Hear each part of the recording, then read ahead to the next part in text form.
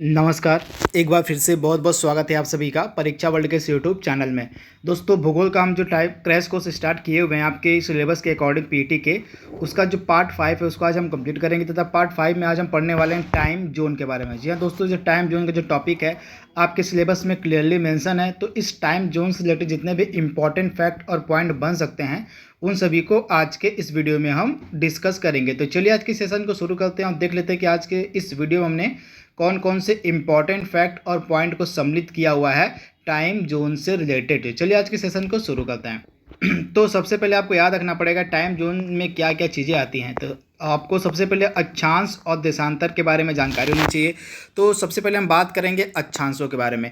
तो पृथ्वी के केंद्र से भूमध्य अर्थात विषुवत रेखा को आधार मानकर खींची गई कोणीय दूरी को हम अक्षांश कहते हैं। आप याद रखिएगा, पृथ्वी के केंद्र से भूमध्य रेखा यानी कि विषुवत रेखा को आधार मानकर खींची गई जो कोणीय दूरी होती है उसको हम अक्षांश के नाम से जानते हैं। तो इसे भी आप याद रखिएगा, यह जो विषुवत रेखा जिसको हम 0 डिग्री अक्षांश के नाम से जानते हैं, यह एक कल्पित रेखा होती है जो पृथ्वी को 2 बराबर भागों में विभाजित करती है, जिन्हें क्रमशः हम उत्तरी गोलार्ध और दक्षिणी गोलार्ध कहते हैं। जैसे आप याद रखिएगा, जो 0 डिग्री अक्षांश होता है उसको हम कहते हैं विषुवत रेखा। ये भी प्रश्न कई बार पूछा गया कि 0 डिग्री जो अक्षांश होता है उसको हम किस नाम से जानते हैं, तो विषुवत रेखा के नाम से हम जानते हैं 0 डिग्री अक्षांश को। तथा यह जो विषुवत रेखा होती है पृथ्वी को 2 बराबर भागों में बांटती है, जिन्हें हम क्रमशः उत्तरी व दक्षिणी गोलार्ध के नाम से जानते हैं।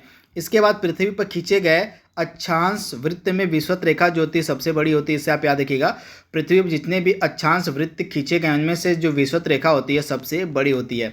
इसके बाद अक्षांश रेखा तथा विषुवत रेखा एक दूसरे के समानांतर होने के साथ साथ एक दूसरे के संदर्भ में भी समानांतर होते हैं। तो इसे भी आप याद रखिएगा, अक्षांश रेखा और विषुवत रेखा एक दूसरे के समानांतर होते हैं, तो इन्हें आपको याद रखना है। इसके बाद लैटिट्यूड के बारे में और कुछ आप याद रखिएगा। यहाँ पे विषुवत रेखा, यहाँ पे आप देख रहे हैं, विषुवत रेखा के उत्तर व दक्षिण स्थित सभी समानांतर रेखाओं को क्रमशः हम उत्तरी व दक्षिणी अक्षांश कहते हैं। तो ये फैक्ट भी आपको याद रखना है। इसके बाद अगला इंपॉर्टेंट क्या है, विषुवत रेखा से ध्रुव की ओर बढ़ने पर आप याद रखिएगा, जैसे ही हम मान लीजिए यह आपका पृथ्वी है और पृथ्वी के बीचों बीच जो 0 डिग्री अक्षांश होता है इसको हम क्या कहते हैं, इसको हम विषुवत रेखा के नाम से जानते हैं। तो इस विषुवत रेखा से जैसे आप ऊपर की ओर बढ़ेंगे तो ऊपर की ओर बढ़ने पर जो अक्षांश वृत्त होता है आपका ध्रुव की ओर, यानी कि अब जैसे आप इधर से ध्रुव की ओर बढ़ेंगे जो अक्षांश वृत्त होते हैं वे छोटे होते जाते हैं। तो इसे आप याद रखिएगा, इसे आपको याद रखना है। इसके बाद अगला इंपॉर्टेंट फैक्ट क्या है, अगला इंपॉर्टेंट फैक्ट आपको याद रखना है, ये आपको काट दीजिए यहाँ पे।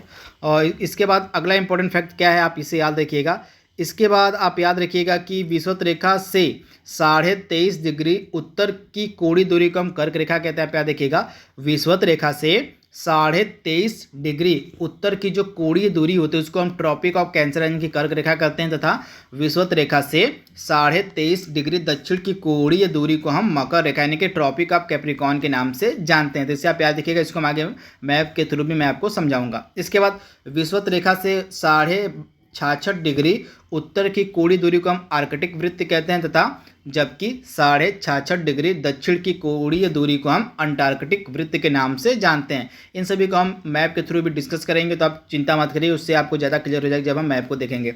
इसके बाद भूमध्य रेखा जो होती है जिसको हम विषुवत रेखा के नाम से जानते हैं, यानी कि 0 डिग्री जो अक्षांश वाली रेखा होती है विषुवत रेखा, यह 13 देशों से होकर गुजरती है। कौन कौन से, Ecuador, Colombia, Brazil, Sao Tome और प्रिंसिपे, ये एक ही देश हैं। इसके बाद गेबन और कांगो गणतंत्र, कांगो लोकतांत्रिक गणराज्य, उसके बाद Uganda, Kenya, Somalia, Indonesia, Maldives और किरिबाती, इन 13 देशों से होकर गुजरती है भूमध्य रेखा। तो इसे आपको याद रखना है। अब हम मैप के थ्रू देख लेते हैं इन लैटिट्यूड और लॉन्गिट्यूड में अंतर क्या है। तो इसे आप देख रहे हैं, और जो आप याद रखिए कि जो हॉरिजॉन्टल लाइन होती है, आप याद रखिए कि विषुवत रेखा 0 डिग्री जो विषुवत रेखा से ऊपर की तरफ लाइन उत्तरी गोलार्ध और दक्षिण गोलार्ध की तरफ जो लाइन खींची जाती है हॉरिजॉन्टल रूप में, इसको हम लैटिट्यूड यानी कि अक्षांश के नाम से जानते हैं। इस प्रकार की लाइन आप याद रखिएगा, इस प्रकार की जो लाइन होती है, इस प्रकार की जो लाइनें होती हैं उसको हम कहते हैं, और लाइन ऑफ लैटिट्यूड यानी कि इसको हम कहते हैं अक्षांश रेखा। तथा 0 डिग्री, यहाँ पे आप क्या है, 0 डिग्री जो अक्षांश रेखा होती है बीचों बीच जो है पृथ्वी को डिवाइड करती है, इसको हम कहते हैं इक्वेटर यानी कि विषुवत रेखा के नाम से जानते हैं। इसके बाद आप याद रखिएगा, जो लाइन ऑफ लॉन्गिट्यूडिनल की देशांतर रेखाएं होती हैं इस प्रकार से लंबवत खींची जाती है। इस प्रकार से जो रेखाएं पृथ्वी पर खींची गई, जो कल्पित रेखाएं खींची गई हैं, उनको हम लाइन ऑफ लॉन्गिट्यूड के नाम से जानते हैं, जिसे भी आप याद रखिएगा। यह कई बार एग्जाम में प्रश्न पूछा गया। तो इसे भी आप यहाँ पे आप देख रहे हैं, और जो हॉरिजॉन्टल लाइन खींची गई उसको हम लैटिट्यूड के नाम से जानते हैं, और जो लॉन्गिट्यूड लाइन खींची गई है इस प्रकार से खड़ी खड़ी लाइनें, उसको हम और देशांतर के नाम से जानते हैं, जिसे भी आप याद रखिएगा। कई बार यह प्रश्न एग्जाम में पूछा गया है। इसके बाद मैप को आपने देख लिया है। अब हम देखेंगे क्या, और लॉन्गिट्यूड के बारे में, यानी कि देशांतर रेखाएं क्या होती हैं। तो किसी स्थान की कोणीय दूरी, आप याद रखिए, किसी स्थान की कोणीय दूरी जो प्रधान यामोत्तर के पूर्व और पश्चिम में होती है उसको हम देशांतर कहते हैं। आप याद रखिएगा, किसी स्थान की कोणीय दूरी जो प्रधान यामोत्तर यानी कि 0 डिग्री देशांतर के पूर्व और पश्चिम में होती है उसको हम देशांतर कहते हैं। इसके बाद अक्षांश वृत्तों के विपरीत देशांतर रेखाएं जो होती हैं उसकी लंबाई बराबर होती है। आप याद रखिएगा, अक्षांश वृत्तों के विपरीत जो है देशांतर रेखाओं की जो लंबाई होती है वह बराबर होती है। मैंने आपको बताया था, जो अक्षांश रेखाएं होती हैं ध्रुवों की बढ़ने पर इनकी जो लंबाई होती है वह कम होती है, यानी कि अक्षांश जो रेखाएं होती है जैसे जैसे वो ध्रुवों की तरफ जाती हैं उनकी जो लिमिट होती है वो कम होती जाती है, परंतु देशांतर रेखाओं में ऐसा नहीं होता है। देशांतर रेखाएं जो होती हैं उनकी जो लंबाई होती है हर जगह बराबर होती है। तो ये इंपॉर्टेंट आपको याद रखना फैक्ट। इसके बाद लंदन के ग्रीनविच वेधशाला से गुजरने वाले देशांतर रेखा को हम प्रधान मध्याह्न रेखा यानी कि प्राइम मेरिडियन के नाम से जानते हैं। यह 0 डिग्री देशांतर को प्रदर्शित करती है। इसे आप याद रखिएगा, लंदन की ग्रीनविच वेधशाला से गुजरने वाले देशांतर रेखा को हम प्रधान मध्याह्न रेखा यानी कि प्राइम मेरिडियन कहते हैं। यह 0 डिग्री देशांतर को प्रदर्शित करती है, यानी कि 0 डिग्री देशांतर रेखा को हम क्या कहते हैं, प्रधान मध्याह्न रेखा यानी कि प्राइम मेरिडियन, तथा यह लंदन के ग्रीनविच नामक वेधशाला से होकर गुजरती है। इसके बाद मध्याह्न रेखा के बाएं ओर की रेखाओं को हम पश्चिमी देशांतर और दाएं ओर की रेखाओं को हम पूर्वी देशांतर कहते हैं। तो आप याद रखिए, यानी कि जो 0 डिग्री आपका देशांतर होता है इसके की जो पश्चिम की तरफ रेखाएं होती हैं उसको हम पश्चिमी देशांतर कहते हैं, तथा इसके पूर्व की तरफ जो रेखाएं होती हैं उसको हम पूर्वी देशांतर के नाम से जानते हैं, जिन्हें आपको याद रखना है। इसके बाद 180 डिग्री पूर्वी तथा 180 डिग्री पश्चिमी देशांतर एक ही रेखा पर स्थित है, और देशांतर रेखाएं भूमध्य रेखा को समकोण पर काटती है। फैक्ट भी आपको याद रखना है, जो देशांतर रेखाएं होती हैं यह पृथ्वी को मतलब यह जो देशांतर रेखाएं होती हैं वो भूमध्य रेखा को समकोण पर काटती हैं। तो इनके बारे में भी आपको याद रखना है। इसके बाद अगला इंपॉर्टेंट फैक्ट क्या है, आप यहाँ पर देख रहे हैं, 0 डिग्री देशांतर जो रेखा होती है यानी कि जो प्रधान यामोत्तर रेखा होती है यानी कि जो प्राइम मेरिडियन रेखा होती है, यह 8 देशों यूनाइटेड किंगडम यानी कि ब्रिटेन, फ्रांस, स्पेन, अल्जीरिया, माली, बुर्किना फासो, घाना, टोगो से होकर गुजरती है। यानी कि जो प्रधान यामोत्तर रेखाएं होती हैं जिसको हम 0 डिग्री लॉन्गिट्यूड यानी देशांतर रेखा के नाम से जानते हैं, यह 8 देशों से होकर गुजरती है। तो इसे भी आप याद रखिएगा। तथा जो इसके बाद जो 0 डिग्री अक्षांश रेखा जिसको हम विषुवत रेखा कहते हैं, और 0 डिग्री देशांतर रेखा जिसको हम प्रधान मध्याह्न रेखा कहते हैं, अफ्रीका के पश्चिमी भाग के स्थित और गिनी की खाड़ी में मिलती हैं। आप याद देखिएगा, जो विषुवत रेखा होती है और जो प्राइम मेरिडियन यानी कि प्रधान मध्याह्न रेखा होती है, यह अफ्रीका के पश्चिमी भाग में स्थित गिनी की खाड़ी में मिलती है। तो इसे भी आप याद रखिएगा, जो कि अटलांटिक महासागर में स्थित है। तो ये फैक्ट भी आपको याद रखना है। इसके बाद अगला इंपॉर्टेंट फैक्ट क्या है, विषुवत रेखा पर इन रेखाओं के बीच की दूरी सर्वाधिक तथा ध्रुवों की ओर क्रमशः कम होते हुए ध्रुवों पर शून्य हो जाती है। तो इसे भी आप याद रखिएगा, विषुवत रेखा पर जो है इन रेखाओं की के बीच की जो दूरी होती है वो सर्वाधिक होती है तथा ध्रुवों की ओर क्रमशः कम होते हुए शून्य हो जाती है। तो इसे भी आप याद रखिएगा। इसके बाद विषुवत रेखा पर 2 देशांतर रेखाओं के बीच की दूरी 111.32 किलोमीटर होती है। इसे आप याद रखिएगा, विषुवत रेखा पर 2 देशांतर रेखाओं के बीच की जो दूरी होती है वह 111.32 किलोमीटर होती है। तो फैक्ट भी आपको याद रखना है, यहाँ से भी आपके एग्जाम में प्रश्न डेफिनेटली पूछा जाएगा। तो यहाँ पे हमने लॉन्गिट्यूड और लैटिट्यूड के बारे में डिस्कस कर लिया है। अब हम क्या डिस्कस करेंगे, तो मैप आप देख लीजिए, इससे आपको और क्लियरिटी हो जाएगी। तो मैप आप देख रहे हैं, इस मैप में सारे सबसे ज़्यादा आपको आप देख लीजिए यहाँ पे मैप में क्या है। तो मैंने आपको बताया था, जो पृथ्वी के बीचों बीच वाली रेखा होती है जो पृथ्वी को बीच से डिवाइड करती है उसको हम इक्वेटर, 0 डिग्री अक्षांश को हम इक्वेटर के नाम से जानते हैं, विषुवत रेखा के नाम से जानते हैं। तथा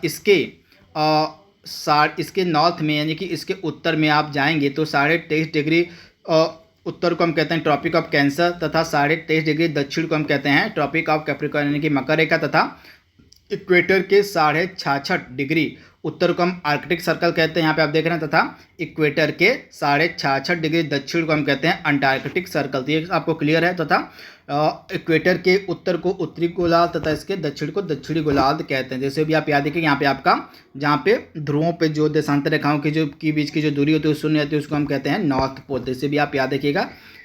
तो ये सारे फैक्ट आपको याद रखना है, यहाँ से भी एग्जाम में प्रश्न पूछा जाएगा। मैप के थ्रू आपको ज़्यादा क्लियरिटी यहाँ पे हो गई होगी। इसके बाद हम बात करेंगे अब किसके बारे में, तो इसके बाद हम बात करेंगे और देशांतर व समय के बारे में। यहाँ से भी कई बार एग्जाम में प्रश्न पूछा गया। तो ग्रीनविच मध्याह्न रेखा यानी कि जो ग्रीनविच मीन टाइम है के आधार पर विश्व के देशों के समय का निर्धारण किया जाता है। चूँकि पृथ्वी अपने अक्ष पर पश्चिम से पूर्व की ओर घूर्णन करती है, अंततः ग्रीनविच इंग्लैंड के निकट के पूर्व में सभी स्थानों के समय ग्रीनविच से आगे तथा पश्चिम में जो समय होते हैं ग्रीनविच से पीछे होते हैं। जिसे भी आप याद रखिएगा ग्रीनविच इंग्लैंड के निकट के जो स्थान होते उसके पूर्व में सभी स्थानों के जो, मान लीजिए यहाँ पे ये आपका ये है, तो यहाँ पे जो आपका 0 डिग्री आपका देशांतर रेखा है, इसके पूर्व में आप याद रखिएगा, इसके पूर्व में जो है सभी स्थानों पे का जो समय होता है ग्रीनविच से आगे होता है तथा इसके पश्चिम में जो है सभी स्थानों का जो समय होता है वह पीछे होता है। तो इसे भी आप याद रखिएगा, कई बार एग्जाम में यह प्रश्न पूछा गया है। इसके बाद पृथ्वी 24 घंटे में अपने अक्ष पर जो है 360 डिग्री घूम जाती है, अर्थात पृथ्वी को 15 डिग्री घूमने में 1 घंटे का समय लगता है। इस प्रकार प्रत्येक 15 डिग्री देशांतर पर 1 घंटे का अंतर होता है और 1 डिग्री देशांतर पर 4 मिनट का अंतर होता है। तो ये फैक्ट भी आपको याद रखना है। जो हमारी पृथ्वी होती है 24 घंटे में अपने अक्ष पर 360 डिग्री घूम जाती है, अर्थात जो पृथ्वी होती है 15 डिग्री घूमने में लगभग 1 घंटे का समय लेते थे। इसे भी आप याद रखिएगा। इस प्रकार प्रत्येक 15 डिग्री देशांतर पर 1 घंटे का अंतर होता है। इसके बाद 0 डिग्री से लेके 180 डिग्री पूर्व की ओर जाने पर ग्रीनविच के समय में यह 12 घंटे आगे का समय होता है। इसी तरह 0 डिग्री से 180 डिग्री पश्चिम की ओर जाने पर ग्रीनविच समय से यह 12 घंटे पीछे का समय होता है। तो इसे भी आप याद रखिएगा। इसी कारण से जो है 180 डिग्री पूर्वी व पश्चिमी देशांतर में 1 दिन रात यानी कि 24 घंटे का अंतर आपको देखने को मिलेगा। ये फैक्ट आपको क्लियर होना चाहिए। इसके बाद हम बात करेंगे स्थानीय समय के बारे में, यानी कि लोकल टाइम क्या होता है। किसी स्थान पर जो सूर्य होता है, जो सन होता है हमारा, आकाश में सबसे अधिक ऊंचाई यानी कि लंबवत पर होता है, तब उस समय को उस स्थान का स्थानीय समय कहा जाता है। एक देशांतर रेखा पर स्थित सभी स्थानों का जो स्थानीय समय होता है वह समान होता है। इसके बाद भारत में सर्वाधिक पूर्व एवं सर्वाधिक पश्चिम में स्थित स्थानों के स्थानीय समय में लगभग 2 घंटे का अंतर देखने को मिलता है। यानी कि हमारा जो प्यारा भारत है, इसके सबसे पश्चिम में जो राज्य स्थित था, इसके सबसे पूर्व में जो राज्य स्थित मान लीजिए सबसे पश्चिम में आपका अरुणाचल प्रदेश है तथा सबसे पूर्व में आपका गुजरात का कच्छ मान लीजिए आ जाता है। तो इन दोनों के बीच का जो समय का अंतर होता है वो होता है 2 घंटे का। इसे भी आप याद रखिएगा। तो यहाँ पे हमने लोकल टाइम के बारे में डिस्कस कर लिया। अब हम बात करेंगे स्टैंडर्ड टाइम के बारे में। तथा आप याद रखिएगा 82.5 डिग्री पूर्वी देशांतर को मानक समय कहते हैं। आप याद रखिएगा 82.5 डिग्री पूर्वी देशांतर को हम मानक समय के नाम से जानते थे, जिसे आप याद रखिएगा। तथा यह जो रेखा होती है भारत में इलाहाबाद की नैनी से होकर गुजरती है। आप को याद रखना है, भारत में जो है 82.5 डिग्री पूर्वी देशांतर को हम मानक समय के नाम से जानते हैं। तथा यह जो रेखा होती है 82.5 डिग्री वाली रेखा होती है जिसको हम मानक समय के नाम से जानते हैं, यह भारत में इलाहाबाद के नैनी से होकर गुजरती है। तथा यह 5 राज्यों उत्तर प्रदेश, मध्य प्रदेश, छत्तीसगढ़, उड़ीसा, आंध्र प्रदेश से होकर गुजरती है। इसे आपको याद रखना है। इस देशांतर के स्थानीय समय को पूरे देश का मानक समय माना जाता है। तो इसे भी आप याद रखिएगा, इसे आपको याद रखना है। तथा भारत की अवस्थिति ग्रीनविच के पूर्व में होने के कारण जो है यह 5.5 घंटे मिनट आगे होती है। तो आप याद रखिएगा, हमारा जो मानक समय होता है ग्रीनविच समय से 5.5 घंटा आगे है। तो इसे आपको याद रखना, हमारा जो मानक समय है, हमारा जो स्टैंडर्ड टाइम है, यह ग्रीनविच के पूर्व में होने के कारण ग्रीनविच से यह 5.5 घंटे आगे रहता है। तो ये फैक्ट आपको याद रखना है। इसके बाद कई बड़े देश होते हैं जहाँ पे एक से ज़्यादा मानक समय होते हैं, जैसे रूस में 111 मानक समय है। तो इसे भी आपको याद रखना है। जो रूस है यहाँ पे 11, यहाँ पे 111 नहीं, यहाँ पे 11 होगा। जो रूस प्यारा देश है, सबसे बड़ा देश है रूस जो है, यहाँ पे जो रूस है, यहाँ पे जो मानक समय की संख्या है यहाँ पे 11 मानक समय है। तो इसे भी आपको याद रखना है। तो दोस्तों आज का हमारा जो इम्पोर्टेंट टॉपिक था, इस टॉपिक का नाम था टाइम जोन। इससे रिलेटेड हमने जितने भी इंपॉर्टेंट फैक्ट और पॉइंट्स थे उसको हमने कवर कर लिया है। इसके अगले भाग में हम कुछ इंपॉर्टेंट और टॉपिक को आप तक पहुँचाएंगे। तो आज के लिए बस इतना ही। Thank you, thanks for watching, thank you.